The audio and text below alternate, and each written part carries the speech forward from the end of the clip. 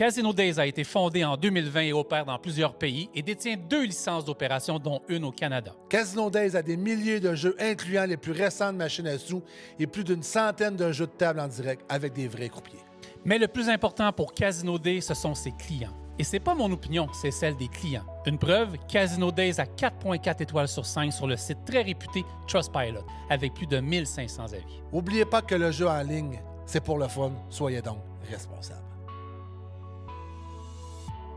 Salut tout le monde, bienvenue à On the Road de Québec, le podcast. J'espère que vous allez bien. Je suis un peu déconcentré parce que de la manière que je suis installé, ceux qui écoutent en vidéo, j'ai vraiment le pipeline commercial devant moi d'Ultramar. Donc, si vous me voyez tout le temps la tête tournée par là, c'est que je regarde les compagnies de transport passer une à l'autre. Puis tantôt, il y avait une chicane entre deux camions, fait que c'était assez palpitant à voir. Alors, on enregistre en direct du studio GSH On the Road de Québec. Alors, très content d'être avec vous pour cet épisode qui est un peu différent des autres. Je vous donne mon avis sur tout.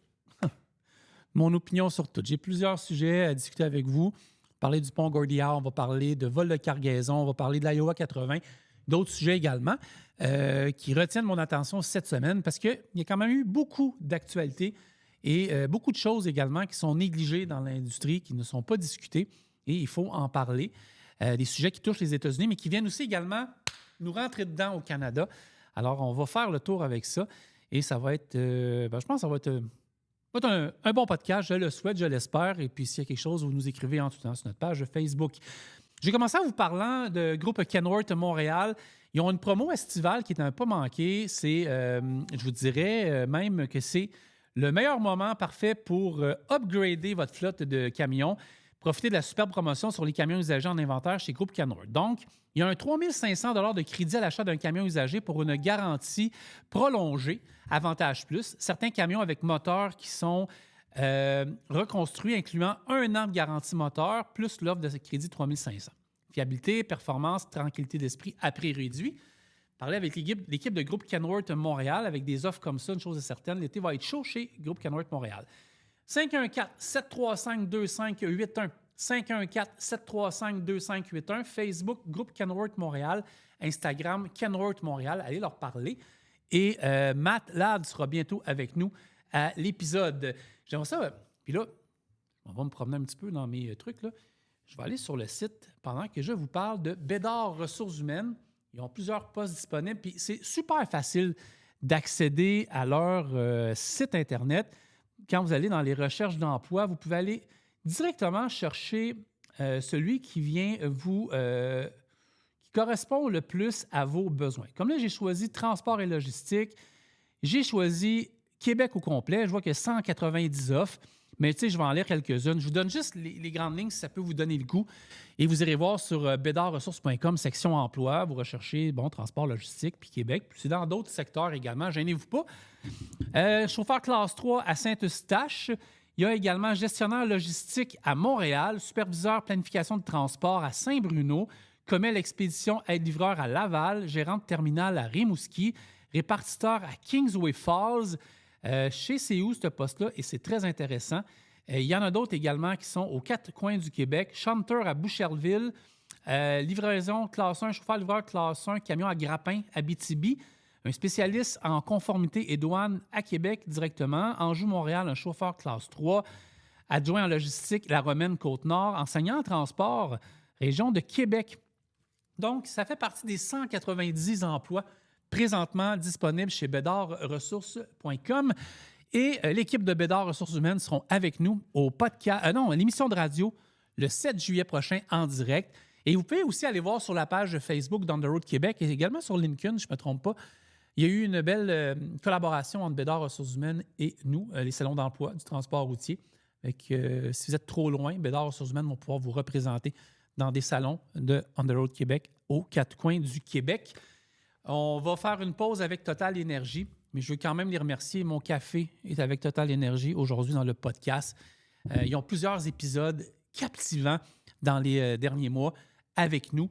Donc, allez les voir, allez sur le site de Total Énergie. Puis pourquoi je vous parle de Total Énergie également, c'est que quand vous allez, puis je vais le faire en même temps, là, vous allez sur le site de Total Énergie pour avoir un paquet d'informations sur votre camion, sur les huiles à utiliser, Vous avez une place qui est le Lab Service et puis vous pouvez poser un paquet de questions selon donc, les huiles que vous avez besoin parce que je l'ai ici. La Rubia, là, j'ai la 0W40, mais il y a plusieurs types de Rubia. Mais quand vous allez sur le site, bien, vous pouvez les voir. Et ce n'est pas juste pour les camions, je tiens à le dire dans le terme de la distribution. Vous avez l'agriculture, le produit pour les poids lourds et vous pouvez également, à travers le Québec et le Canada, trouver vos distributeurs avec le site de totalenergy.ca.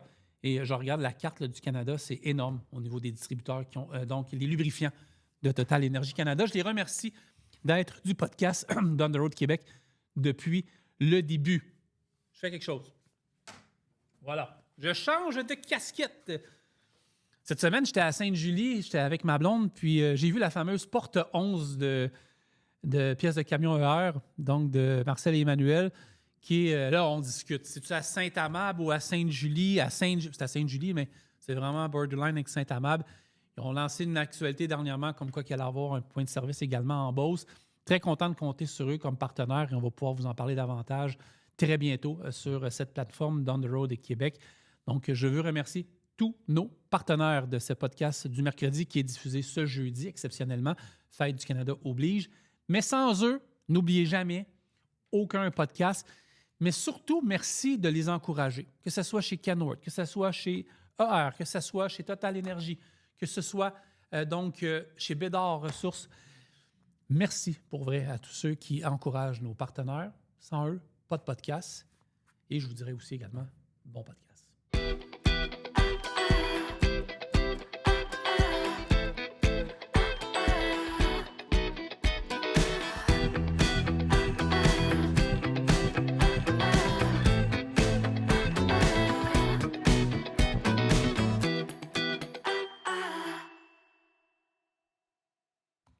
Il y a des choses qui se passent dans le transport en ce moment qui sont un peu spéciales. Je vais vous le dire, là, je ne veux pas faire de politique aujourd'hui, mais quand même, il faut s'attarder ensemble sur des enjeux économiques, des enjeux de transport, des enjeux de just-in-time, beaucoup d'enjeux qui sont importants, des enjeux qui ont une valeur importante dans notre industrie. En partant avec le projet du pont Gordie Howe. Là, je pense que le projet du pont Gordie Howe, on en parle depuis des années. Tous ceux qui font de la grande route, vous le voyez, il est là, il est fait, il est construit. Si je vous fais un petit recap, là, c'est un méga projet d'infrastructure qu'on appelle binational qui relie Windsor en Ontario avec Détroit au Michigan. Ça a été entièrement financé par le Canada.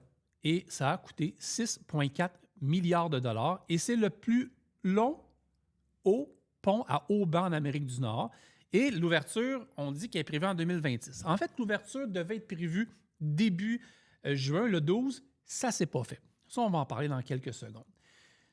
Juste pour vous dire les principales composantes de ce pont-là, donc un pont à haut banc de 2,5 km avec une travée principale de 853 mètres, soutenue par 2 tours emblématiques de 220 mètres de haut, des portes d'entrée massives, un complexe de 53 hectares du côté canadien et de 60 hectares du côté américain, incluant naturellement les postes frontaliers, des voies multiples. Donc, on parle de 6 voies pour la circulation routière et une piste distincte pour les piétons et cyclistes. Également des accès routiers, des raccordements directs à l'autoroute 401 en Ontario via le Parkway et l'Interstate 75 au Michigan. Les principaux enjeux, le flux commercial naturellement, ça vise à désengorger le corridor frontalier canado-américain. Dans le fond, la voie va transiter une part importante des échanges commerciaux entre nos deux pays. Le financement et l'exploitation dans tout ça, c'est que le Canada assume les coûts de construction qui seront récupérés par la perception d'un péage une fois le pont en service. L'exploitation sera assurée par un partenariat public-privé, donc le Bridging North America.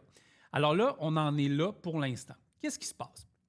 Bien là, il y a plusieurs histoires qui se font entendre. Là, il y a une sénatrice, donc elle s'appelle, je vais vous nommer son nom, Mallory McMorrow. Donc, c'est une sénatrice de l'État du Michigan et candidate à l'investiture démocrate pour le Sénat américain. Elle en a plein le rôle pompon, on a plein de casques. Et elle dit « Où verrez s'il vous plaît, non, même pas s'il vous plaît, ouvrir ce foutu pont. Et c'est dans le cœur de la bataille du pont Gordie Howe. Alors, qu'est-ce qu'on en dit là-dedans et sur le site Down the Road Québec? C'est le pont international Gordie Howe qui doit relier Windsor en Ontario et Détroit au Michigan, devait symboliser une nouvelle ère pour le commerce nord-américain. Au lieu de cela, en ce moment, il est aujourd'hui au cœur d'une controverse politique qui dépasse largement le monde du transport routier. Alors que l'infrastructure est essentiellement terminée et prête à entrer en service, son ouverture demeure suspendue. Aucun, pour le moment, échéancier n'a été annoncé. Et là, ça alimente un paquet de spéculations des deux côtés de la frontière. Je le disais tantôt, 6,4 milliards, c'est vraiment chaque année des centaines de milliards de dollars qui vont transiter entre Windsor et Détroit.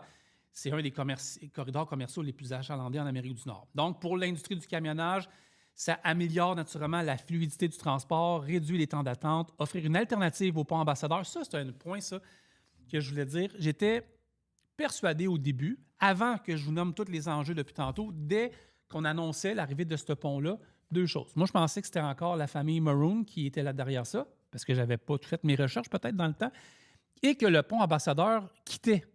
Donc, comme ici, on est tout près là, du pont Champlain, je le vois d'ici avec les haubans, ils ont démoli quoi? Ils ont démoli l'ancien pont Champlain, ils ont gardé juste un morceau de béton et ils en ont fait un nouveau. Moi, je pensais qu'avec l'aboutissement et l'arrivée du pont Gordie Howe, que le pont ambassadeur qui, je vais vous le dire, entre vous et moi, là, sur le point de rendre... Et en tout cas, prenez-le comme moi, quand vous êtes arrêté dans le trafic en camion, c'est assez épeurant, là. Donc, moi, je pensais qu'il allait être démoli, qu'on allait faire quelque chose de symbolique. Ça n'a pas l'air. C'est de nature privée, ce pont-là, naturellement, appartient à une famille américaine. Donc, si on revient à l'ouverture qui a été reportée à la dernière minute, c'est une cérémonie officielle qui devait avoir lieu, puis on l'avait annoncé, on était tellement contents, qui devait avoir lieu le 12 juin, il y avait le 15 juin aussi, et ça a été cancellé. Les autorités ont simplement indiqué que le Canada et les États-Unis devaient encore régler certaines questions administratives sans préciser lesquelles, depuis aucune nouvelle date d'ouverture n'a été annoncée. Et c'est là que Mallory McMorrow arrive là-dedans. C'est qu'elle est candidate, comme je dis, à l'investiture au Sénat américain. Elle est aussi sénatrice de l'État du Michigan. Elle a lancé une publicité électorale, je vais vous la montrer par la suite, où elle accuse le président américain d'avoir retardé l'ouverture du pont. Dans cette publicité, elle dit ce que je vous disais tantôt, « Open this damn bridge ». Selon Mme McMorrow, ce retard nuit aux travailleurs, aux entreprises et à l'économie des deux côtés de la frontière. Et là, c'est là que les liens avec la famille Maroon relancent les questions. Le débat est devenu encore plus sensible après la publication d'informations indiquant que Matthew Maroon, membre de la famille propriétaire du pont ambassadeur, aurait rencontré le secrétaire du commerce américain, donc Howard Lutnick, peu avant que le dossier ne soit retardé. Quelques semaines auparavant, ça je me souviens très bien de ce bout-là, Matthew Maroon avait également versé 1 million de dollars américains à un comité politique soutenant le président américain Donald Trump, selon des registres électoraux cités par plusieurs médias. Aucune preuve, je tiens à le dire, publique a été établie que ce don a causé le report de l'ouverture. Toutefois, cette séquence d'événements alimente les critiques de l'opposition démocrate et les demandes de transparence. Dans tout ça, on voit bien qu'il y a une guerre également entre les démocrates et les républicains, entre tout ce qui entoure Donald Trump et la famille Maroon et les autorités du pont Gordie Howe. Donc, le bon ambassadeur, propriété privée de la famille Maroon, assure depuis des décennies une grande partie du trafic commercial entre Windsor et Détroit. Donc, pour eux, la conséquence importante, c'est des installations... En fait, le pont Gordie Howe, c'est une concurrence importante parce qu'ils ont des installations modernes. Juste vous dire qu'à chaque fois qu'on arrive du côté américain, Gordie Howe, ça commence à être fatigué, effectivement, puis même du côté de Windsor aussi. La capacité est accrue, c'est beaucoup plus grand. Les postes douaniers sont entièrement neufs et les péages annoncés sont comme beaucoup plus compétitifs que ceux du pont ambassadeur. Dans le transport, les camionneurs attendent toujours. Pendant que le débat politique s'intensifie, les principaux intéressés demeurent les transporteurs, effectivement, les compagnies de transport, les brokers, nous, dans le temps d'attente, tout ça. Chaque semaine de retard signifie que le trafic commercial continue d'être concentré sur les infrastructures existantes alors que le nouveau pont est pratiquement prêt à accueillir les premiers véhicules. Et là, dans la classe politique, en fait, j'entends rien beaucoup au Québec, mais beaucoup en Ontario puis au niveau du CTA au Canada, on commence à mettre beaucoup de pression. Alors, ça va être un dossier à suivre. Je veux juste que vous voyez à l'instant même la publicité de la sénatrice américaine qui s'appelle Mallory McMorrow. The Gordie Howe Bridge is finished, but Donald Trump won't open it because the billionaire family that owns the other bridge gave him $1 million. I'm Mallory McMorrow, and I've got one message for the president. Open this damn bridge. And you better believe I approve this message. force est de constater qu'il y a plusieurs enjeux majeurs. Hein. Puis la sénatrice, elle sent du spectacle dans son vidéo. Et puis voilà. J'ai hâte de voir. Probablement que ça va ouvrir en 2026. Là, je veux dire, ça ne peut pas rester comme ça. Ça serait vraiment assez spécial de voir ce pont-là fini, puis mettons, ne pas être utilisé pendant 5 mois, 6 mois, 1 an, 2 ans. Tout peut arriver. Vraiment, tout peut arriver. Mais ça serait quand même étonnant. Donc, c'est sûr qu'il va y avoir une conclusion sous peu. Mais ça va être à l'avantage de qui? Les Américains veulent leur part du gâteau là-dedans. C'est nous qui l'avons construit, mais à la limite où je suis un peu d'accord avec le côté américain, c'est qu'effectivement, si c'est pour traverser les deux côtés, il doit y avoir une entente claire, nette et précise, là, qu'au moins les Américains touchent une certaine partie. Bref, on va suivre le dossier de près. Il y a dans l'actualité présentement aussi au cœur des États-Unis, mais qui dit cœur des États-Unis, en fait, c'est l'Amérique du Nord au complet, c'est les vols de cargaison. On dit que les vols de cargaison, c'est une menace grandissante qui coûte des centaines de millions de dollars à l'industrie du camionnage et je ne suis pas surpris. Retournez aux États-Unis, vous savez, j'ai déjà mis en ligne, je pense que c'est sur On the Road Québec ou Camionneuse Québec, une liste de truck stops à éviter lorsqu'on a de la marchandise de valeur. Et ça, je vous dirais que dans ce temps-ci, les petits seals en plastique ou en métal qui se coupent, là, c'est peut-être pas la bonne chose à faire. Et les cadenas, c'est peut-être un peu plus dissuasif, mais mettez pas un cadenas au magasin de pièces parce qu'il va sauter en 10 secondes. Moi, je pense que maintenant, on est rendu au fait qu'on devrait avoir vraiment, mais vraiment de grosses portes avec des cadenas, en tout cas, la grosse affaire, là, qui vraiment viendrait dissuader quiconque de venir voler à l'intérieur d'une cargaison parce que c'est de plus en plus courant. Il y avait un article sur On the Road Québec venant d'une source qui est l'Equity Association aux États-Unis qui dit que le vol de marchandises est de retour au premier plan depuis quelques mois. Il y a plusieurs médias américains, nord-américains qui consacrent leur manchette présentement à ce phénomène qui ne cesse de prendre l'ampleur. Effectivement, je voyais ça sur Freightwave. C'est quand même un podcast, une émission que je suis quotidiennement et qui vont vraiment au cœur des choses et qui reçoivent beaucoup de propriétaires de compagnies américaines en ce moment qui sonnent l'alarme. Il faut qu'il se passe quelque chose.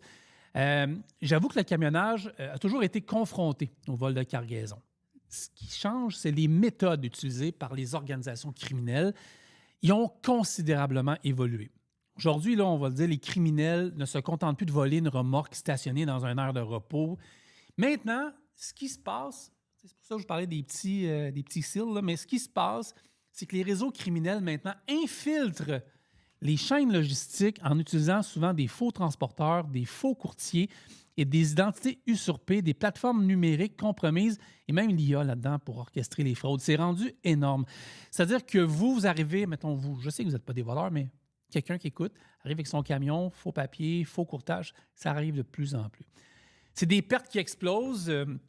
Selon plusieurs récentes données de Versic CargoNet, les pertes liées au vol de cargaison aux États-Unis et au Canada ont atteint près de 725 millions de dollars en 2025 et c'est 725 millions américains. C'est une hausse de 60 % comparativement à l'année dernière. Même si le total d'événements dans la chaîne d'approvisionnement est demeuré relativement stable, les criminels maintenant vont cibler désormais les cargaisons beaucoup plus lucratives. Je donne un exemple. Il y a eu 3 594, et ça c'est dans la dernière année, événements criminels recensés dans la chaîne logistique partout au nord américain. Il y a eu 2 646 vols de cargaison, et là je le dis confirmé, une hausse de 18 % parce qu'il y en a qui ne sont peut-être pas signalés. Valeur moyenne du vol en tout, une hausse de 36 % avec 274 millions. Perte estimée près de 725 millions US. Présentement, si on parle du Canada, c'est les États-Unis qui sont durement plus touchés parmi ces stratagèmes. C'est les grands centres de distribution américains qui continuent d'être les principales cibles. Les États-Unis, les États américains les plus affectés en ce moment, c'est la Californie, le Texas, le New Jersey, la Pennsylvanie et l'Indiana. Et en Ontario, au Canada, ce serait l'Ontario et l'Alberta. Les cargaisons les plus convotées sont désormais, mais je m'en doute, enfin on s'en doute tout, produits électroniques et le fameux cuivre et les autres métaux, les équipements informatiques, les batteries, l'alcool, les aliments, les gens ont faim, les pneus, les produits pharmaceutiques. Quand je vous disais que le Canada n'était pas épargné, Ça représente par contre une faible proportion des vols recensés à l'échelle mondiale, mais les experts constatent une hausse préoccupante. Selon l'Equity Association, le nombre de remorques volées au Canada serait passé d'environ 570 en 2024 à près de 1000 en 2025. Et ça, juste au Québec, je ne sais pas si vous avez vu dernièrement, on essaie tout le temps de les annoncer, de les publier sur nos plateformes parce que je pense qu'on a la plateforme idéale pour que ça soit le pitché le plus loin possible. Il y a des vols en ce moment là, de remorques avec souvent des métaux, du cuivre, de l'aluminium. J'en ai vu dernièrement, on avait vu avec des récompenses assez grosses, là, et ça se voit énormément. Et en parallèle, tous ces incidents-là sont concentrés où? Bien, ici au Québec et en Ontario, parce que c'est là que se trouve également le corridor le plus important de la logistique du pays. Et comme je disais tantôt, et là on revient à ce que je disais un peu plus clair, net et précis, la criminalité est sophistiquée. Le phénomène a changé de visage. Et les organisations criminelles utilisent maintenant des techniques beaucoup plus élaborées. Je les nommais tantôt, mais on va quand même faire... je les ai répertoriés, vous allez voir, c'est assez solide. Création de faux transporteurs. C'est faux, je veux dire. Faux documents de transport, usurpation d'identité, détournement de chargement avant même leur départ, accès frauduleux aux plateformes numériques, piratage des systèmes GPS, utilisation de l'intelligence artificielle pour préparer de faux documents de fraude ciblée. Et là, je n'ai pas à vous faire la morale aux camionneurs qui m'écoutent parce que j'ai fait ça pendant des années, c'est-à-dire documenter ma route, faire des vlogs, indiquer où j'étais. C'est là où ça devient également une belle piste aux gens qui savent exactement où on est, où on travaille.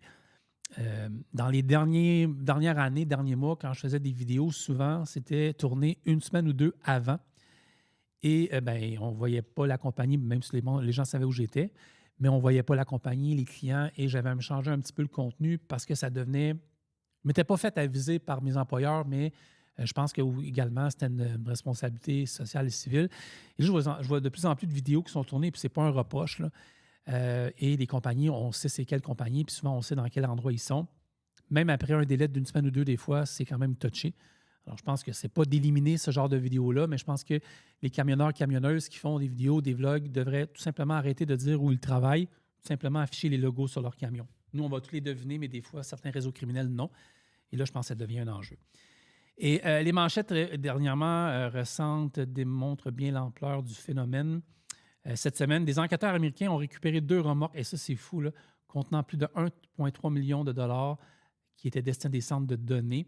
Il y a plutôt cette année plusieurs chargements de batteries Tesla qui ont été volés directement à proximité de l'usine de constructeurs au Nevada. Et c'est tellement facile de se sauver au Nevada, hein, vous êtes d'accord avec moi. Et bien sûr, la vigilance reste essentielle. Pour les transporteurs, les courtiers, les expéditeurs, la prévention est désormais un enjeu stratégique. On a eu un podcast il y a quelques mois avec l'équipe de Burroughs et également une entreprise de sécurité qui était Coalition.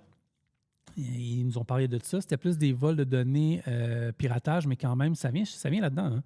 Les experts recommandent donc notamment de vérifier systématiquement l'identité des transporteurs. Ça va devenir difficile quand même avec l'IA.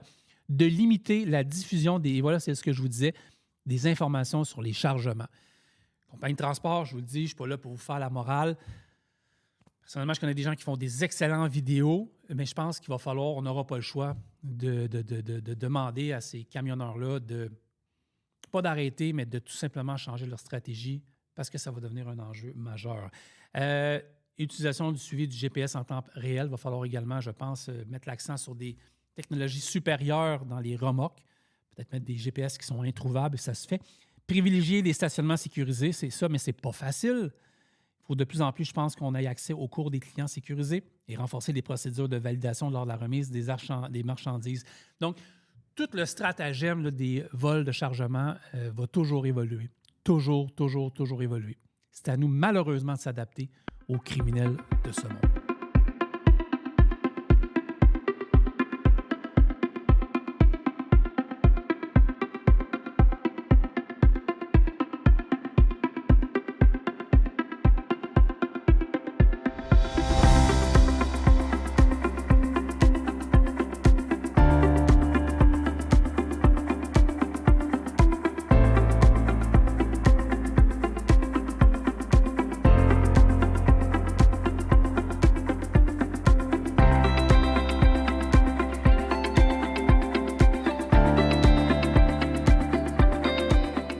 probablement le dossier le plus nébuleux, le plus spécial que j'ai eu à gérer, commenter, traiter depuis que je suis dans les médias sociaux du transport. C'est celui, naturellement, des chauffeurs à rabais. Xavier Barcelou-Duval, au moment que je fais ça, on est le 30 juin, a été mettre une capture d'écran de Transport routier, magazine, transportroutier.ca, qui dit que les députés demandent une enquête éthique sur l'accès à la politique et le CTOA. CTOA, qui est un comité de transport, qui est owner-operator, qui est très, très, très actif et qui encourage beaucoup le dossier des chauffeurs RIN, qui défend énormément. Et ils sont tentaculaires, ils sont partout. Ils donnent de l'argent beaucoup aux libéraux. Et des sources qui dit un peu partout sur Internet, puis je pense que c'est la RPQ avec Steve Bourgeois, mentionnait que... non, c'est pas vrai. Peut-être qu'il en a parlé, mais c'était Claudia Boucher, victime des chauffeurs à rabais dans un accident, qui mentionnait que c'est rendu... Maintenant, il y a des mémos qui ont passé comme quoi c'est interdit, mais interdit de parler de ce dossier-là. En fait, les libéraux n'ont plus le droit d'en parler, tout simplement. Pourquoi, comment, je ne sais pas, mais c'est sûr qu'il y a beaucoup de corruption là-dedans. Mais Xavier Barcelou-Duval, ce qu'il dit sur son Facebook, c'est que les grands médias n'en parlent pas. Et ça, c'est une autre affaire. On est pratiquement les seuls avec Transport routier à en parler tout le temps. Mais il y a des liens troublants entre la CTOA et le gouvernement libéral. Ça doit être éclairci. Et il y a des documents qui se contredisent, des questions qui restent sans réponse, et les libéraux bloquent le débat. Il y a un député, Peter Shefki, qui a de l'air vraiment fou, on va se le dire. Sûrement un gars très gentil. S'il est en politique, c'est parce qu'il avait du talent, probablement. Mais dans le jargon, en bon québécois, en ce moment, il n'a pas l'air du pogo le plus léger de la boîte dans le système en fait, dans tout ce qui est comité et qui est transport. Et honnêtement, c'est épeurant. Il y a des grosses compagnies qui étaient présentes dans des événements et ces compagnies-là étaient impliquées dans des graves accidents de la route. Et Shefki était présent, poignée de main, grand sourire, et présidait le comité permanent des transports et des infrastructures. Et les gens venaient témoigner, victimes des mêmes accidents avec des pertes de vie. Donc, en ce moment, le grand patron de Post Canada, c'est un autre qui a eu l'air fou dans ce comité-là. Donc, il a vraiment eu l'air fou, pas capable de répondre ou pas foutu de répondre à des questions des gens dans ce comité-là concernant les chauffeurs à rabais. On a remarqué que Post Canada étaient des clients fidèles aux chauffeurs à rabais et qu'ils étaient dans ce stratagème-là à côté. C'est frustrant pour tous ceux qui couvrent l'industrie du transport. C'est frustrant pour des transporteurs qui travaillent honnêtement et qui veulent avoir des bons rendements. C'est très frustrant. Mais là, est-ce que c'est une bonne nouvelle? Je ne sais pas. Post Canada ont l'air d'avoir fait un petit popo dans leur culotte. Donc, la CTA, la Canadian Trucking Alliance et le Post Canada souhaitent maintenant travailler de concert, afin d'améliorer le processus de vérification des transporteurs dans le but de renforcer la sécurité routière et de favoriser des pratiques de travail équitables et d'assurer une plus grande intégrité dans la chaîne d'approvisionnement. Que c'est des bons mots, mais on espère que ça va être ça. Moi, by the way, j'ai aucun doute sur la fiabilité et les compétences des gens en place à la Canadian Trucking Alliance. C'est des gens qui travaillent très fort. Ça, je tiens à le dire. Au cours des prochaines semaines, la CTA va proposer une rencontre avec Post Canada afin d'étudier les meilleures pratiques en matière de sélection et de vérification des transporteurs. L'objectif, en gros, c'est de mettre davantage accent sur les entreprises qui respectent les lois en matière de sécurité, de fiscalité et de normes du travail, tout en utilisant des données de conformité crédibles afin d'aider les donneurs d'ouvrage à faire des choix plus éclairés.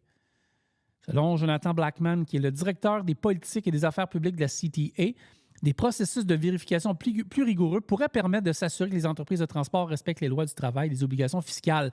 J'ai bien hâte de voir dans ce dossier-là de Driver Inc. comment que Post Canada va se plier. Parce qu'il faut les plier, il faut vraiment les mettre au pas et ça va peut-être donner, éventuellement, peut-être donner le goût aux autres compagnies de se mettre droit, on pourrait dire. Bref, on l'espère énormément. Il y a un article qui a fait également jaser sur On the Road Québec qui était dans les plus lus, plus consultés cette semaine. C'est les 10 grands défis du camionnage au Québec d'ici 2036. Donc, dans les 10 prochaines années, on a répertorié à la fois nous autres assis sur la table et l'intelligence artificielle des défis que le camionnage, le transport devra traverser. Parce qu'on dit que le camionnage québécois, c'est le pilier de l'économie québécoise parce que chaque jour, il y a des milliers de camions, blablabla. Ça, on le dit à chaque fois, là. La pénurie de main-d'œuvre, l'évolution des technologies, les nouvelles réglementations, les changements économiques, les transporteurs vont devoir faire preuve d'adaptation, même avec un marché compétitif et en pleine évolution. Donc, on a été chercher quelques points et j'aimerais ça en parler avec vous. C'est les pénuries de chauffeurs qui vont persister malgré les efforts de recrutement. Les entreprises de transport, les centres de formation, les pénuries de chauffeurs vont demeurer l'un des principaux défis de l'industrie. Le vieillissement de la population entraînera de nombreux départs à la retraite naturellement. Alors que les besoins de transport continueront de croître, les transporteurs devront donc attirer davantage de jeunes, de femmes et de nouveaux travailleurs tout en améliorant les conditions de travail et la qualité de vie des chauffeurs. Et ça, c'est un des enjeux qui est très persistant dans nos comités de discussion avec le Salon d'emploi, toute l'équipe, parce qu'on veut faire en sorte que nos salons d'emploi viennent aider dans les 10 prochaines années les entreprises à recruter des gens, mais surtout aussi, et là, j'ai Carl en tête quand il parle, tu sais, des fois, Carl dit tout le temps la relève. L'autre fois, j'ai dit, tu sais, on rejoint plus que la relève, mais au final, c'est lui qui a raison.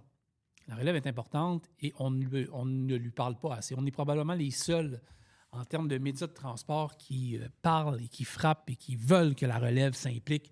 On ne lâche jamais. Et ça, il faut continuer parce qu'on va frapper un mur. Et je pense qu'avec nos salons, on est capable, et notre contenu, d'aller chercher et d'attirer des gens. On le voit dans les courriels des fois qui rentrent. Et c'est ça. L'intelligence artificielle, ça, c'est gros. Regardez, la preuve, on en a discuté avec Grok et puis Claude et puis tout ça là, pour voir quels étaient les points si les points correspondaient aux nôtres. Mais l'intelligence artificielle va transformer des opérations, c'est sûr, parce que ça va prendre, et ça prend... Vous entendez les camions ici en studio? Ça ne lâche pas. Il y a vraiment une vue incroyable là, sur le transport ici. L'intelligence artificielle prend déjà une place très grande dans le camionnage. Les entreprises vont utiliseront de plus en plus des outils capables d'optimiser les itinéraires, de prévoir les entretiens mécaniques, réduire la consommation de carburant, améliorer les prévisions de livraison, les planifications. Ça, c'est un grand enjeu qui est déjà en fonction, mais je peux vous dire que là, dans 5 minutes, il va y avoir une nouveauté sur les intelligences artificielles. Puis dans 5 minutes encore. Tout va changer. Ça va être très, très dur de garder la cadence là-dedans. Mais j'ai espoir que les compagnies vont vraiment travailler fort pour s'améliorer là-dedans. L'électrification, ben ça, c'est un sujet qui me fait un peu, pas capoter, mais l'électrification des transports, oui, ça poursuit une progression. Il y a du transport, il y a de plus en plus de véhicules, camions fiables électriques. Moi, c'est les technologies que j'ai hâte de voir dans les 10 prochaines années. Ça entend qu'on ne fera pas encore un Montréal-Californie avec un reefer et un camion électrique. On n'est pas rendu là. Il y a beaucoup de corridors américains, beaucoup de places sur l'électricité, les camions électriques, ça fonctionne. Mais du gros transport, j'ai encore des doutes pour les prochaines années, quoi qu'on risque d'être surpris. Mais en termes de petits transports, on en voit de plus en plus. On voit Kenworth, Peterbilt, Mack, Volvo, Cascadia. Western Star, je n'ai pas vu encore, vous me direz si je me trompe, avec des modèles électriques de plus en plus. L'Europe sont toujours en avance, on les voit, mais ici, ça commence. Ce qui va arriver aussi, un autre point, c'est les coûts d'exploitation qui vont continuer d'augmenter. Les entreprises vont devoir composer avec la hausse des coûts liés aux véhicules, aux assurances, aux pneus, aux pièces, main-d'œuvre, aux nouvelles technologies. On est déjà là. On est déjà là. Juste à voir les prix, des fois, pour faire réparer un camion, pour ci, pour ça. On est déjà là-dedans, ça. Je veux dire, c'est quelque chose qui ne cessera pas d'arrêter d'ici 10 ans. Il y a ça. Surtout au Québec, là. En fait, c'est ici, mais si on se compare, on ne peut pas se consoler en ce moment. Les infrastructures, notre système autoroutier, les 10 prochaines années, on est loin d'être sorti du bois. Écoutez, là, on est en train de finir le tunnel à Fontaine. Le pont Champlain est là. Là, ça va être le métropolitain bientôt parce que quiconque roule là-dessus s'aperçoit qu'il n'est plus adéquat. Mais on va faire quoi pour refaire ça? Ça va être épouvantable, mais il devra être fait. Donc, les ponts, les autoroutes, les postes frontaliers, les accès aux zones industrielles devront être modernisés afin de réduire la congestion, d'améliorer la fluidité des transports. Juste devant moi ici, j'ai Grande Allée, mais juste là, en arrière du pipeline, j'ai l'autoroute 30 qui est à 2 voies seulement entre la jonction de la 10 et la jonction, en fait, elle est tout le temps à 2 voies, mais un des points névralgiques, c'est entre le 10-30 et Boucherville. C'est épouvantable, c'est du trafic matin, midi et soir, c'est inacceptable en tant que société, puis en tant qu'économie, d'avoir autant d'espace disponible pour acheter des voies.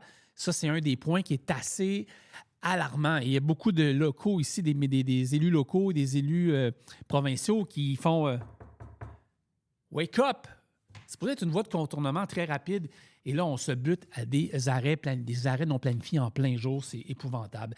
La réglementation va continuer et continuera d'évoluer. Donc, les entreprises devront suivre attentivement les changements concernant les heures de conduite, les inspections mécaniques, les normes environnementales, si on n'a pas fini, sécurité routière, tout le kit. La capacité d'adaptation va devenir également un avantage concurrentiel d'avoir des employés qui sont bien outillés. Épisode 164, si je ne me trompe pas, on recevait, je l'ai parlé tantôt, Coalition et Burroughs Conseil d'assurance en termes de cybersécurité. Bien ça, écoutez, si vous n'êtes pas encore... Écoutez ça, allez l'écouter le podcast, c'est hallucinant. Si vous n'êtes toujours pas encore protégé et assuré en cybersécurité, vous êtes sur le point de virer fou. Admettons que je suis un pirate informatique en ce moment, puis je pitonne. Je suis déjà en train de rentrer dans votre entreprise. Mettons qu'il y a 300 portes ouvertes dans votre système. J'en ai trouvé une, je rentre dedans. Je peux vous attaquer 1 an plus tard. Il va falloir vraiment que les entreprises qui ne sont pas encore à jour aillent frapper très, très fort là-dessus parce que vous allez tour à tour perdre vos informations. Et c'est des services à la clientèle qui gèrent ça. Là. Vraiment, les entreprises de piratage, on est loin de Mafia Boy. Là. C'est vraiment des entreprises dans d'autres pays qui sont très, très fortes et lucratives. Un point, les relations commerciales avec les États-Unis vont demeurer stratégiques. On est un des principaux partenaires, le Québec. Ça, c'est plus canadien, mais le Québec, on transporte énormément de choses là-bas. L'industrie qui va devoir miser sur la collaboration, donc les transporteurs manufacturiers, concessionnaires, centres de formation, gouvernements, associations, médias spécialisés devront poursuivre leur collaboration afin d'assurer le développement et la compétitivité du camionnage québécois. Ça m'a frappé énormément. Puis juste en termes de médias, il y en a un, on le sait, il n'y a rien à faire. Donc ça, c'est impossible. Impossible. Écoutez, puis je vous le dis, il n'y a rien à faire. Même si on essaierait, ça ne marche pas. Et bon, il y a le droit. C'est ses affaires. Nous, on est vraiment passé ailleurs. Mais pour ce qui est du reste, effectivement, les gens doivent tous se parler. On parle avec les magazines, on parle avec des médias ontariens et américains. Mais c'est peut-être aussi dans la mentalité québécoise de ne pas être content quand les gens réussissent. Ça, c'est un autre dossier. Conclusion, le camionnage québécois amorce une période profonde de transformation. Les entreprises qui miseront sur les employés, sur les nouvelles technologies, sur la formation, l'innovation, seront les mieux positionnées pour les prochaines années. Et ça, c'est ce qu'on a trouvé grâce à nos discussions, puis également un peu d'intelligence artificielle, parce que même nous, on s'en sert. On n'a pas le choix de servir de l'intelligence artificielle. On part la semaine prochaine du côté de l'Iowa 80, puis j'ai hâte, honnêtement, parce que en tant que camionneur, c'est une place où j'ai tendance à arrêter, peut-être des fois trop souvent, mais on n'arrête jamais trop souvent à l'Iowa 80. Pour vrai, là, quand on l'a annoncé, il y a beaucoup de gens qui nous ont écrit, puis j'ai rien de lire certains commentaires sur le fait que c'est quelque chose que vous aimez. Arrêtez, c'est mythique. Tu sais, dans le fond, on voit ça quand on veut devenir camionneur, puis on commence à regarder à gauche puis à droite certains lieux. Moi, ça avait été mythique pour moi, je veux dire. Mais tu sais, au final, c'est un truck stop. Un truck stop qui coûte cher, mais qui est quand même plaisant. J'ai appris avec les années à arrêter et pas dépenser. Ça, c'est une chose que je ne faisais pas avant. On se retrouve avec un meilleur compte de banque, là. Mais non, c'est ça. Puis, on s'en va là, puis pour une fois, ça ne sera pas en camion, on descend avec le motorisé, on part après l'émission de radio du 7 juillet, on traverse on a la 401, tout le kit, on va se rendre jusqu'à Detroit, puis on va se rendre là-bas. Moi, là, ce que j'aime dans le transport, c'est depuis le début, puis je le disais tantôt, la genèse d'Underroad Québec, à l'époque, c'était de faire du vlog, du vidéo, surtout durant la pandémie. Tu sais, je fais visiter des lieux mythiques aux États-Unis, des places que vous n'avez pas jamais pensé à arrêter, puis je me suis promené en masse. Et le but là-dedans, c'était de vous faire découvrir des lieux, puis vous dire « Hey, c'est la chance, fais ce petit détour-là qui ne changera rien à ton planning, puis ça va fonctionner, puis tu vas voir de quoi de hot. » Là, on part avec Alexis et Jean-François, moi puis Carl, donc les deux gars à Carl. On descend là-bas dans le gros motorisé et c'est là que c'est le fun de dire bien, vous allez voir telle affaire, telle chose, ou c'est là que se fait tel truc. Écoute, là, j'ai arrêté là, c'est spécial. Hey, là, ça, c'est lettre en tabarouette. Mais juste de se rendre et de dépayser jusqu'à dans le Midwest, arriver en Iowa, pour des gens qui n'ont jamais fait de transport, c'est quand même dépaysant un petit peu. On s'entend que ce n'est pas les paysages du Wyoming, de l'Utah, du Colorado, du Nevada, des trucs comme ça. Là. On tombe dans les grands champs de blé, mais quand même, c'est agréable. Et ce que je n'ai pas dit, ce qu'ils vont faire, moi, je pense que j'en ai parlé, c'est que les gars ne le savent pas, Carl le sait, c'est qu'on va se rendre après dans le Missouri, on va se rendre vers Saint-Louis. Parce qu'à Saint-Louis, la fameuse arche, je n'ai jamais pu arrêter en truck. C'est pas arrêtable. Puis, de toute façon, tu ne laisses pas ton truck tout seul à Saint-Louis, peu importe. On en parlait avec les vols de cargaison tantôt. Ce pas les lieux les plus safe, mais c'est parfait d'arrêter là quand on est en vacances. Et ça va être cool parce que c'est une place aussi qu'on voit souvent au coin de la 44 et de la 44, c'est ça, dans le 55, 64, tout le kit par là. Donc, on va arrêter là. Mais l'Iowa 80, si vous êtes présent au Jamboree à Walcott, faites-nous-le savoir. Écrivez-nous-le, on aimerait ça jaser avec vous. S'il n'y a personne qu'on connaît, c'est pas grave, on va faire du contenu pareil ou on va rencontrer des gens, je suis persuadé, pendant qu'on va être là. Mais venez nous parler, venez nous voir, on va vous inviter à venir manger avec nous autres, on va avoir un barbecue, on va avoir du plaisir, on va se le dire. C'est sûr qu'on manque un show de truck du Québec. Moi, puis Carl, c'est le Dragfest, mais c'est les filles de Camionneuses Québec qui vont être là. Mais on s'est dit, nous autres, on va traverser de l'autre côté. Et dans tous les trips que j'ai pu faire au fil des 15 dernières années, presque, le Jamboree, le party, ça, j'ai jamais pu y aller. Ça n'a jamais adonné. Et là, pour une fois, ça va adonner. Et pour une fois, je vais pouvoir voir autre chose, d'autres styles de party, de truck, parce que à la américaine, ça a un petit quelque chose. Il y a un gros show de pork chop le samedi, je pense, ou le vendredi, de 11h le matin à 20h le soir. C'est sûr qu'on va se bourrer à la fraise là. Les spectacles de musique le soir, ça se décrit pas. Donc, allez voir ça.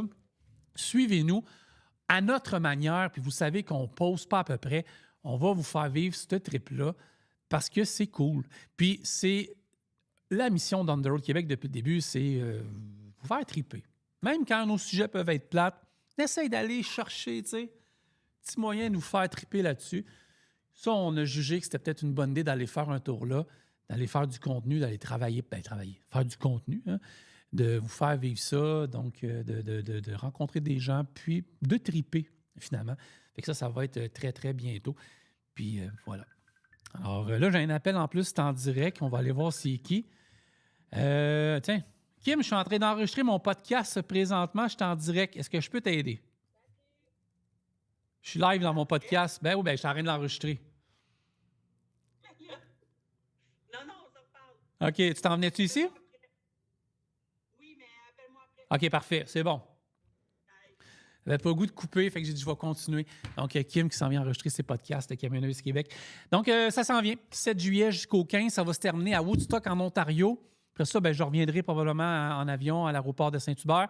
C'est l'ouverture officielle, il est déjà ouvert, mais du Card Lock. Donc, à Woodstock en Ontario, notre équipe va être présente sur les lieux pour des reportages au courant de la journée. Bon, rappelez Kim, OK? On fait une pause, on revient tout de suite. On the road de Québec.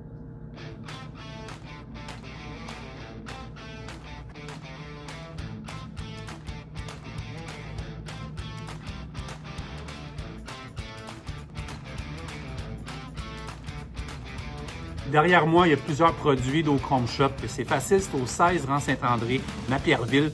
Prenez l'autoroute 15, sortie 21, c'est en face des dragues de Napierville. Vous pouvez les appeler au 579-536-5979. C'est quoi ça? C'est la boutique Ochrome Shop. C'est le choix des pros pour un look impeccable. Vous avez du stock en masse, vous le voyez pendant qu'on se parle.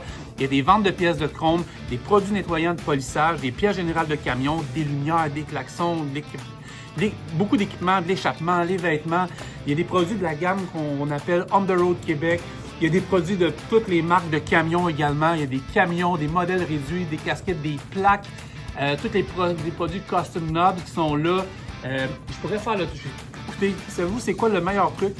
C'est quand vous passez vers les douanes ou vous revenez des douanes sur l'autoroute 15 près de la colle, vous arrêtez, vous stationnez, venez voir Elisabeth ici, ça va être sur la coche, un traitement impeccable. Puis vous partez heureux avec des produits ici même au Ochrome Shop. Je répète l'adresse, 16 rang Saint-André, Napierville. On vous attend.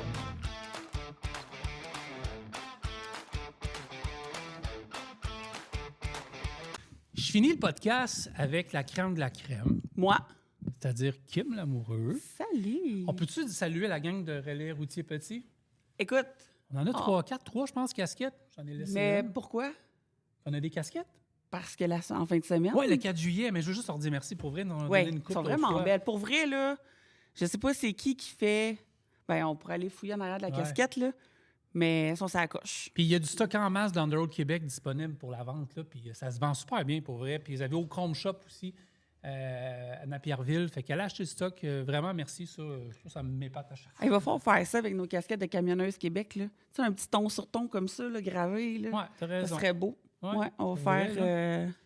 Kim, au moment que vous écoutez ça, le podcast est déjà sorti, mais si vous ne l'avez Oui. pas vu, je pense que c'est l'épisode 16 de Camionneuse Québec. Tu as reçu une camionneuse, Je pense même qu'on est à 17. 17 autrice, Ouais. qui est Mel Lacoeur, qui écrit Oui. un livre. Pour vrai, là, Ça a c'était l'air le vraiment fun, cool. là. Ouais, non, c'était vraiment le Je fun. t'écoutais dans l'auto. Parce que tu enregistré, j'étais capable d'écouter. T'étais capable de m'écouter? Ouais. Sneaky. J'ai sneaké votre podcast. C'était vraiment bon. Pour vrai, là, c'était, tu sais, être entrepreneur, ça fait 12 ans qu'elle a sa compagnie de transport. Elle a grandi là-dedans. Son grand-père, son père avait une compagnie de transport. Elle chauffe les camions. Elle a fait la 389. Puis là, elle a écrit un livre fictif, mais de la fille de la 389 Ouais, c'est ça. avec un 389. Fait que, tu sais, là, vraiment, là, une tripeuse. Là. Moi, j'avais entendu son entrevue à Truck On il y a quelques mois, puis j'ai dit, il faut qu'elle aille te parler. Ça n'a Ouais. pas de sens. C'était tellement intéressant. Là. Puis, tu sais, elle était tellement... On avait déjà essayé il y a quelques mois. Ça n'avait pas Puis là, donné. elle était Ah ouais, débordée ouais. totale. Puis c'était free fall. Puis ce que j'ai compris aussi, là, tu sais, elle a eu un incendie, puis tout ça. Fait qu'elle a été comme en Airbnb, puis tout. Fait que, tu sais, là, comme de tout Ah, se le remettre de stress, tout puis ça. toute Puis la tout ça, là, kit, c'était vraiment intense, tout. Puis là, on a tourné ça. Elle était assise sur sa galerie dehors. Ah. C'était Ah ouais, vraiment mais le j'ai vu fun. les images. Là. T'allais l'écouter Pour sur vrai, là, Camionneuse des Québec. fois, on voit qu'elle vient de Charlevoix, là, t'as de la mouche à chevreuil qui passe de temps en Ouais, temps. c'est pas des oiseaux, là. Mais pas loin. Ouais, c'est ça. Non, mais pour vrai, c'était vraiment le fun. C'était vraiment cool, là. Puis elle va sortir un autre livre, puis Ah ouais? je veux qu'on refasse un podcast, puis tout ça. C'est puis, sur Spotify, Apple, toutes les plateformes de diffusion. Vous allez voir Media on the Road, c'est là, parce que ça fait partie de la famille de Media on the Road. Puis sinon, sur YouTube, On the Road Québec, Media on the Road, puis le Facebook de Camionneuse Québec. Puis je peux te dire quelque chose? Ouais, certain. La Donna, qui est la fille camionneuse Qui était avec qui dans j'ai les fait podcasts. un Ouais, podcast Donna Morissette. il y a 2 semaines, Ouais. elle m'avait lancé au défi quand on a fermé le podcast. Elle m'a Ah, lancé oui. au défi, puis elle m'a dit, sais-tu qu'est-ce qui serait cool? Ok. Passer un podcast avec quelqu'un qui est dans l'armée. Ouais, puis Ou c'est qui a fait là. l'armée, Ouais, là. ouais, ouais. Puis j'étais comme, wow. La minute qu'elle m'a dit ça, elle est partie du studio. J'ai Ding dang, fait téléphone. non, mais j'ai fait un reel, là. J'ai fait un reel, puis j'ai fait, s'il vous plaît, si Ah vous oui, connaissez oui, oui, quelqu'un, ouais, tatata, ouais, je veux ça, là. C'est Ça a trop marché génial. tout de suite. Hey, puis là, c'est en chemin. C'est aux affaires publiques de l'armée. Ouais. Ils sont en train de vérifier, tu sais, les Bonjour, possibilités, parce ça que marche c'est ça qui est cool. enchanté. On est très fin. On veut que ça fonctionne. On vous aime beaucoup. J'ai 2-3 Je vais squelettes, faire mais tout sont ce que vous tranquilles, me là. dites. Ouais. Je vais être 100% dédiée. Puis, tu sais, c'est ça. Ouais. Fait que ça fonctionne. Puis, tu sais, ça fonctionne pas. On comprend très bien. Je veux dire, c'est l'armée. Ah ouais, c'est clair. Il faut que ça soit fait dans Les règles de l'art. les règles de l'art. Mais écoute, si ça fonctionne, ça va vraiment Ah, ben, être j'aimerais ça cool. que ça fonctionne. C'est un ben, je peux te dire un soldat. C'est un membre de l'armée Mais vraiment, qui, l'armée, c'est pas- qui est ouais. basé à Barrie, en Ontario, OK, OK. qui va venir tourner avec nous autres si ça fonctionne. Vraiment cool. Bon, mais c'est Vraiment. cool. Écoute, c'est pas la fin, mais c'est l'été. Là. T'as retenu quoi de ta première saison de podcast? C'est pas fini, là, fini au mois d'août, mais Ouais. Écoute, c'est quelque chose. c'est de la peau, là. C'est de la peau. Mais t'aimes ça? C'est de la peau parce Mais que je trouve ça le fun, tes entrevues. tu veux- Ouais. tu veux avoir du monde le fun, puis du monde, pas nécessairement... Ben oui, tu veux du monde intéressant, mais tu veux du monde qui vont aimer ça. Ouais. Je rappelle Je veux qu'elle a pas reçu une quelqu'un- camionneuse qui conduit avec son canard. Ça, c'était hot, Oui, là. ça, c'était vraiment Chloé. hot. Ouais. Puis je veux la revoir en Ben, podcast. j'espère. J'ai déjà réécrit que j'ai Ok, dit que je voulais hey. qu'on fasse un podcast ensemble. Là. On va en refaire un ensemble, Chloé, c'est sûr, Ben oui. avec ton canard. Ouais, un coup de foudre. Mais, tu sais, tu veux que la personne elle soit bien, puis qu'elle soit contente, puis que quand elle finit le podcast, elle est toute contente de l'avoir Ouais. fait, puis tout ça. Puis à date, je touche du bois, j'en ai pas une qui a regretté d'avoir fait un podcast avec moi. En tout cas, sinon, je sais pas. Non. Mais Ben, j'ai pas en tout tout eu cas, des bons commentaires, puis que, ouais. tu sais, ils sont stressés au début, ils finissent le podcast, ils sont comme, ah, tu sais, finalement, c'était cool, puis j'aurais jasé, puis, sais, je pensais avoir rien à dire, puis finalement, on a super gros jasé, puis ça. Fait que pour vrai, là, c'est cool, mais c'est stressant de, tu sais, je veux la bonne personne, je veux être sûr qu'elle soit bien, puis Ah, c'est tout ça, clair, là. c'est clair, c'est clair. Fait que, puis tu sais, combien de fois tu m'as dit, tu sais, Kim, Camionneuse Québec, c'est pas obligé que ce soit juste des filles, là. Mais non. Puis tu sais, Ça t'enlève une au pression, début, ça, ben j'étais ouais, je comme... comprends, là. Mais non, hey, j'ai reçu, tu sais, Dan Perrault, mon ancien employé. Ah, j'ai tout mis, ça, j'ai mis puis- des extraits de Dan Perrault qui ont frôlé 100 000 vues. Là. Pour vrai? Ouais, celui de. Hey, c'est malade. Ouais, il est fou, là. Est-ce que, by the way, tu sais, le studio n'est pas fini, là. Vous avez vu des photos. On a comme 3 plateaux différents. Ici, on attend à l'écran, on va, je pense, une 80 pouces en arrière de nous ici. Qui va comme défiler, là, un peu. Exact, mais ça donne comme un autre beat, là. Je pense que ça va être pour notre show. Commentateur de quotidien, là. nouvelles. Mais en fait, notre show quotidien, on va être debout, là. Moi, puis Carl, on va avoir des micros cravates, là. Mais c'est ça. Est-ce que vous allez être habillé en veston, mais au final en shirt en dessous, là, comme les Là. 10 heures de nouvelles? Ouais, Ça serait- ça serait drôle. Ouais, ça serait pas Les pire. lecteurs de nouvelles, ce serait pas pire, Ouais. ça? Écoute, je sais que tu es pressé, il faut que tu t'en retournes là, à Sainte-Julie, là, mais juste te dire merci. C'était vraiment le fun. Puis là, je pense que tu vas faire une coupe de show au mois d'août à radio. Oui, puis on va ouais. tourner dans les shows de truck. Ouais, là, tu Fait t'en vas que à Montmagny. là, je m'en au vais à Dragfest. Montmagny. Je vais essayer de faire des extraits aussi au relais petit, des petits extraits avec des camionneuses, puis tout ça, des camionneurs qui sont sur place. Je vais essayer de faire des petits extraits, un peu comme je faisais dans les salons de l'emploi. Ah, c'était nice. Mais je vais essayer de faire ça vraiment avec ceux qui sont sur place. Puis à Montmagny, la même affaire, là, je vais essayer. Puis tu sais, Mais je te le dis tout de il va y suite, avoir des podcasts, ça va être un melting pot de petites entrevues, Ah, de ouais. petites rencontres que Ouais. je vais avoir fait dans les Là, shows de tu truck. sais que t'es pogné avec ma blonde à cette heure. Hein? Il y a d'autres filles dans Camionneuse Québec, mais les deux Mais qui je suis gèrent. pognée tu sais. avec plaisir avec ta blonde. Ouais, là. c'est drôle. Elle a capote. On s'entend elle fait un paquet bien, là. d'affaires. Là. C'est sûr que... Moi, là, si elle est comme avec moi, là, elle me lâche pas, elle me fait faire des affaires. Puis sais-tu quoi? Tout ce qu'elle me dit, ça devient viral. Fait que moi là, pour vrai, je suis dépassé. Ah, là, ça marche. Là. Elle Moi, l'a. je sors avec une petite jeune de 40 ans. Je suis dépassé, je la laisse aller. Puis ben moi qui gère les médias sociaux en plus, c'est elle. Tu sais, fait que Ah non, moi, elle est bonne, là, pour Eh, vrai. Là. Puis, tu sais, elle sait comment que je suis occupée, mais on s'entend que ta blonde est occupée anti-père, là. Elle a des projets à ne plus finir, cette fille-là, puis dans des organismes, puis des des ci, puis des conseils ça, puis des conseils d'administration à tout le finir. kit, elle gère. Puis elle trouve le moyen de m'envoyer des mails. Hey, on a reçu un message, tu checkeras, là, parce qu'elle sait que moi, dans la journée, je goal comme une folle avec mes clients, tu sais. Puis là, hey, on a reçu un petit message, là, juste au cas où tu l'as Ouais, pas t'as vu. oublié, C'est t'as une pas vu. perle, là. Ouais, C'est une exact. perle. Kim, Ça merci. va être le fun. Puis merci tout le monde. On se revoit la semaine prochaine. Hey, dimanche venez nous octobre. voir à Montmagny Ah pour ouais, le relais pour vrai. petit, là. Ouais, Tu sais. au Meetup puis au Dragfest. Nous autres, au Dragfest, là, ma blonde, elle veut faire un concours, là, mais je veux pas nuire à toute la gang du Dragfest parce que c'est un méchant beau show de truck. Mais tu sais, on voulait faire comme le concours de ceux qui posent de plus d'affaires. On le fera pas, là, mais parce que nous, on va être à l'Iowa 80 dans un show country. Ouais. Fait qu'on va, tu sais, on va partager du stock aussi pour faire plaisir au Dragfest sur On The Road Québec. Mais je veux vous triper Hey, en moi, je masse. suis pas bonne pour poster, mais si ta blonde. Mais là, je viens de décrire, Ah, là, j'ai écrit... on met la Steph au défi, puis on va poster. Ah ouais. Ici, là, tu as le. Comment il s'appelle le responsable? Tu as Jason Quirion, là. J'y ai écrit. Et ben, on s'est écrit 2-3 affaires, mais j'ai dit, va voir ma blonde, elle va être au kiosque avec Kim. Fait qu'il dit parfait. Fait que. Ben oui. Allez prendre soin de Steph et Kim au kiosque. Puis. On va Ah. avoir de la merch, on va avoir du stock, genre des calendriers, j'aurai des calendriers de T'en donnants. Oui, il m'en reste un petit peu, mais je vais avoir surtout les calendriers de donnants parce OK. qu'elle donne ça à un œuvre pour les soins palliatifs à Rivière-du-Loup. j'ai hâte. Fait que j'ai dit d'amener ses calendriers. J'ai même dit à Mel Lacaire que si son livre, Oui, oui, La oui, fille j'ai de la écouté. 389, Ouais. elle en avait une copie qu'elle me laisse, Ouais. qu'on va pouvoir au moins tu sais, présenter le livre. Puis après ça, vous le commandez sur Amazon. Fait que ça va vraiment être cool. Venez nous voir, là, pour vrai. Là. Venez jaser, faire Il du reste, social. Je ne monte ouais. pas à Montmagny pour rien. Là. Checkez bien. OK, il reste 5 panneaux de vitres. OK, je sais pas, je vais être capable de faire de quoi. Là. Vous allez moins m'entendre. OK, Kim? Aïe, aïe. Qu'est-ce qu'il fait? Non, mais il reste 5 panneaux de vitres disponibles. 5 panneaux. Tu sais, mettons, je tourne ici, là. On met des casquettes partout, là. Ouais. Fait que. Ah oui, toutes les compagnies de transport. Ah, j'aime ça.